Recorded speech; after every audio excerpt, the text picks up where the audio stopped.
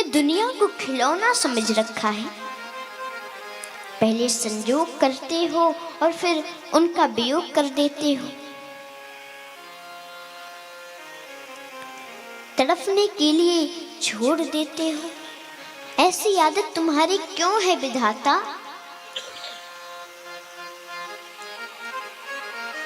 अरे विधाता, हमें ऐसी प्रतीति होती है कि अक्रूर के रूप में तुम्हें क्रूर बनकर आए हो।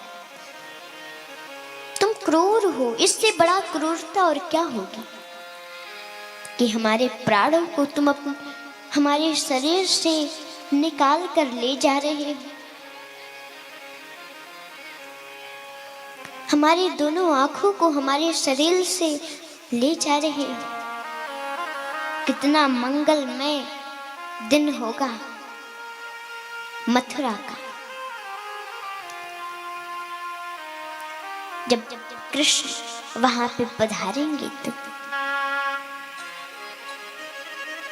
कितना सद्भाग्य होगा वहां के लोगों का।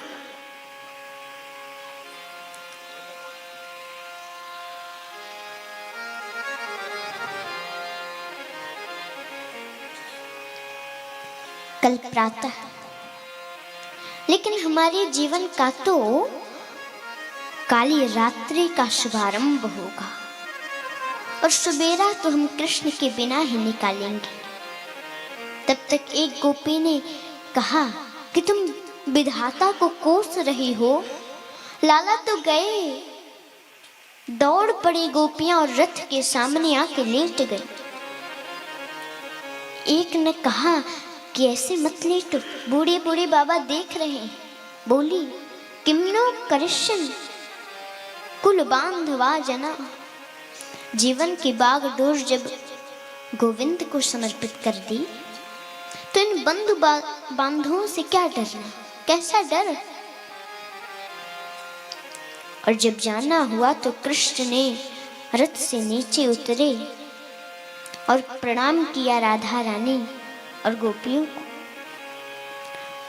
बोले कि देवताओं के सामने, देवताओं के समान लंबी उम्र पाकर भी मैं आप लोगों के ऋण से कभी उऋण नहीं हो सकता। गोपियों, कृपया हमें जाने दें। और रथ में बैठकर चल दिए। थोड़ी दूर रथ चला ही होगा, माता की मूर्छा टूटी।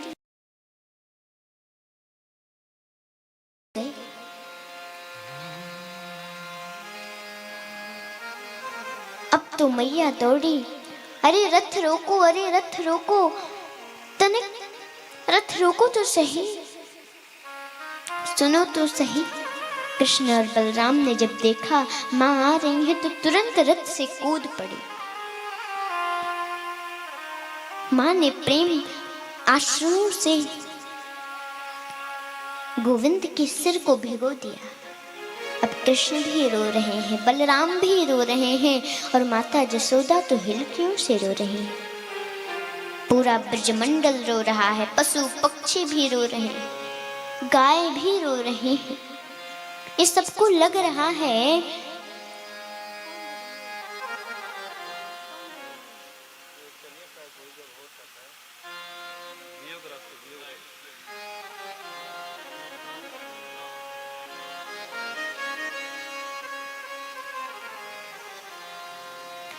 सब लोग रो रहे हैं कि मेरा प्राण निकल के जा रहा है।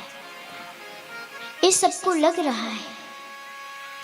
मैया बोली, लाला हमको तो आज पता चला है कि तू मेरा पुत्र नहीं है, तू तो वसुदेव नंदन है।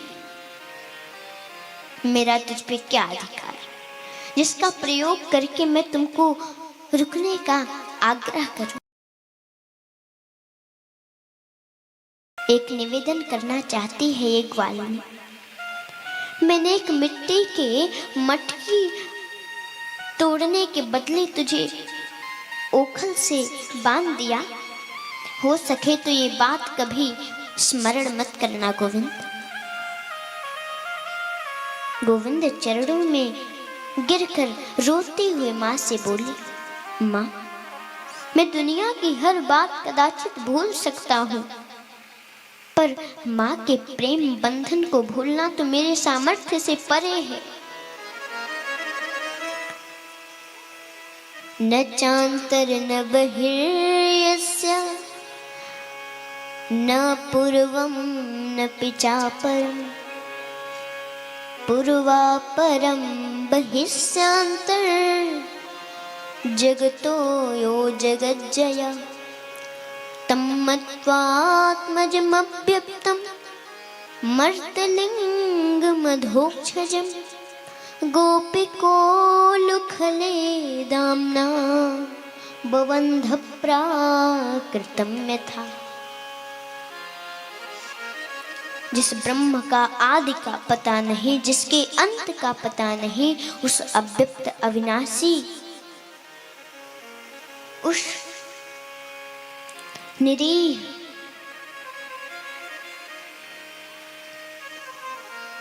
को अपना आत्मज माना नंदरानी यशोदा ने, और उनको ओखल में बांधा, और ऐसे बांधा जैसे कोई साधारण बच्चे को बांधा जाता है, प्राकृत बच्चे को बांधा जाता है। ब्रह्म को बांधने का सामर्थ्य अगर किसी में है तो केवल नंदरानी यशोदा के प्रेम में, विशुद्ध वात्सल्य में, वो तो केवल नंदरानी के प्रेम में। और तुमने मुझे बांधा, ये बात भूलने जैसी है ही नहीं, ये तो जीवन पर्यंत याद रखने योग्य है माता। मैं विस्मरण नहीं कर सकता। गोविंद ने रथ पर चढ़ करके फिर ब्रज के तरफ देखा। लगता है कि वृक्ष भी रो रहे हैं, पशु पक्षी भी रो रहे हैं, गायें गऊ भी रो रही हैं। जब तक रथ की ध्वजा चमकती रही, रथ से उड़ने वाली धूल चमकती रही, तब तक माता जसोदा ब्रज की गोपियां हे गोविंद, हे दामोदर, हे माधव, बस ऐसे ही विलाप करती रही, रोती रही।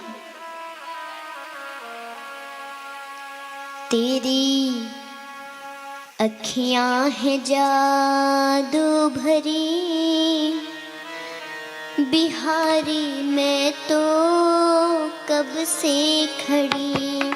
तेरी अखियां हैं जादू भरी, बिहारी मैं तो कब से खड़ी।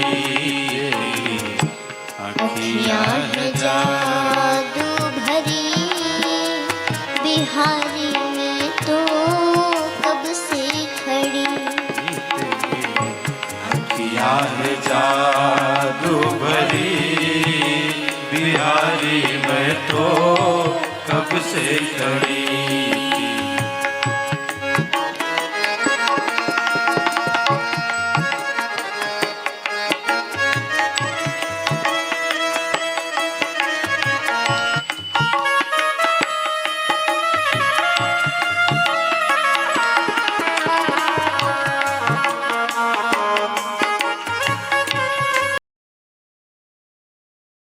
श्रीमद् भागवत कथा के इस अंक में अनुष्का पाठक जी ने बहुत ही करुणामयी प्रसंग उठाया है।